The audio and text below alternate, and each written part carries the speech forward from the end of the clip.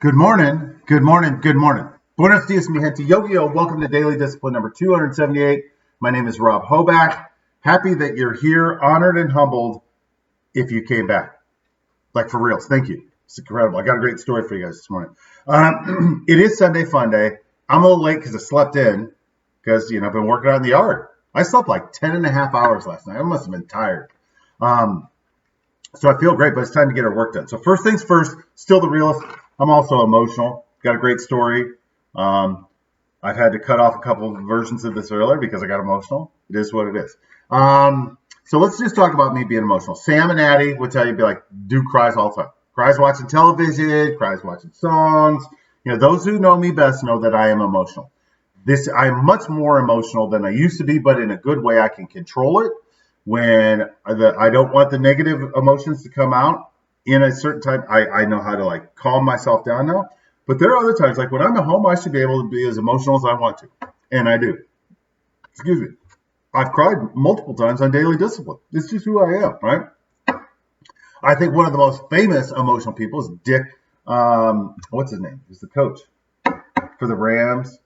Eagles. He was at the Eagles. Didn't win anything there. Went to the Rams. They won a Super Bowl.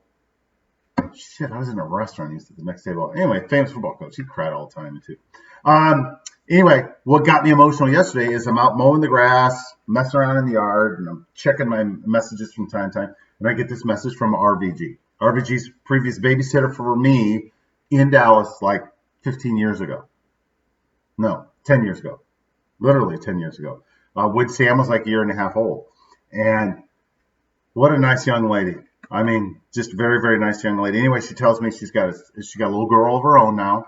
And, so now she sends me texts like once a month. It's nice to just keep in touch with her. And 100% her, by the way. Yeah. Keeping things alive.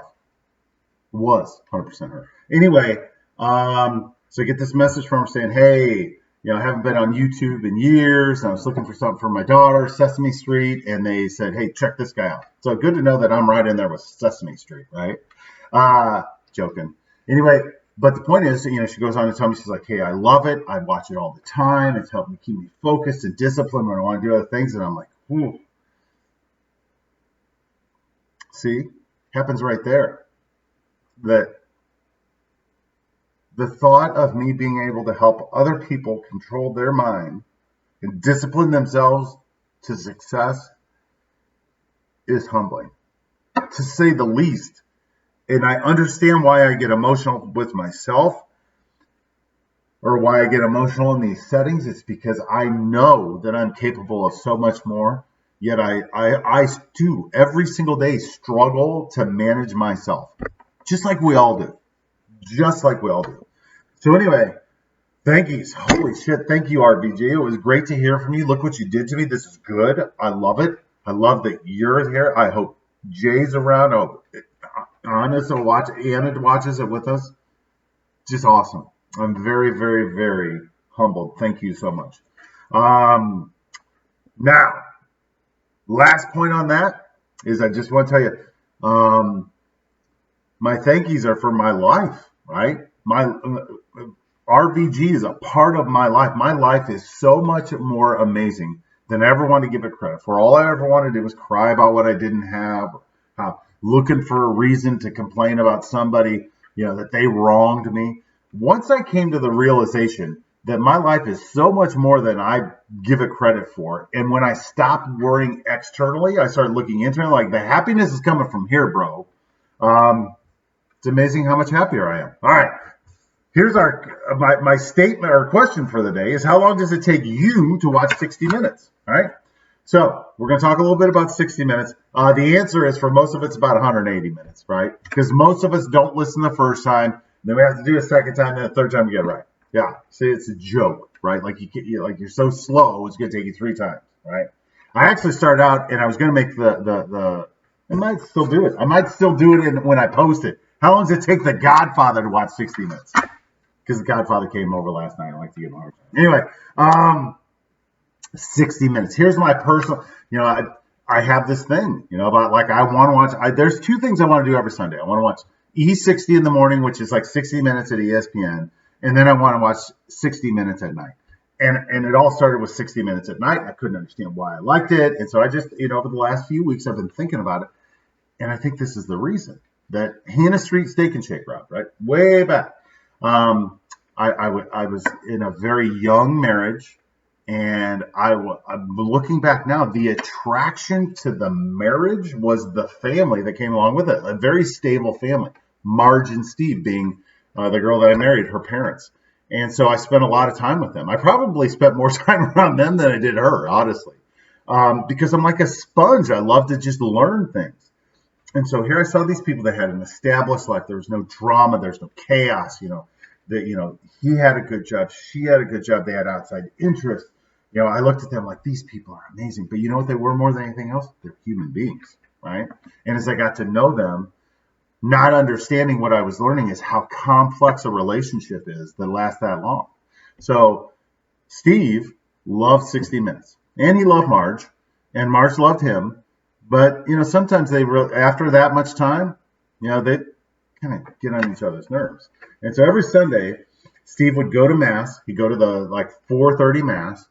He'd get done, and when he would leave, Marge would start cooking dinner. And then by the time Steve got home, one of the things that she would do is she started making dinner. She'd get out a highball glass, she'd fill it with ice, she'd put some vodka in there, an olive, and some olive juice. And I'm like, what are you doing? She's like, this is Steve's martini. I'm like, well, he's not going to be here for half an hour. She's like, I know. He likes it this way because just trust me. I've been doing this a long time. I'm like, well, why do you do that for him? She's like, because everything he's ever done for us, I figured it's the least I could do to make sure he's comfortable. And I just kind of left it alone for a minute. And then she's like, it's complicated, isn't it? I'm like, yeah, because I'm not sure whether, sometimes you guys seem like you're mad at each other, and sometimes you do things like that. She's like, Rob, I learned a long time ago that when I get upset with him, I have to separate that from just being a good wife.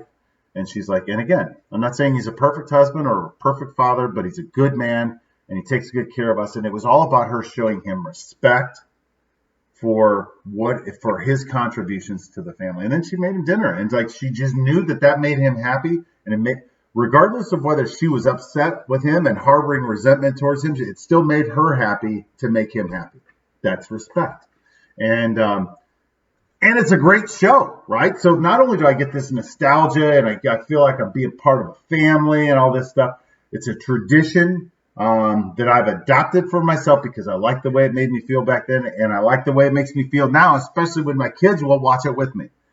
All right. With that, I'm done for the day. Hands up. Peace out. We're better together. I read this morning that the heat wave's about over, so we got one more day. Just be careful out there. Be hydrated. I had 3 or 4 people tell me yesterday, make sure you stay hydrated. So you do the same, right? Go and get some sun. Maybe hop in a pool. Have some fun. It's Sunday Fun Day. I'll be back here tomorrow morning. Looking forward to see you then. RVG, thank you for showing up. So awesome. See ya.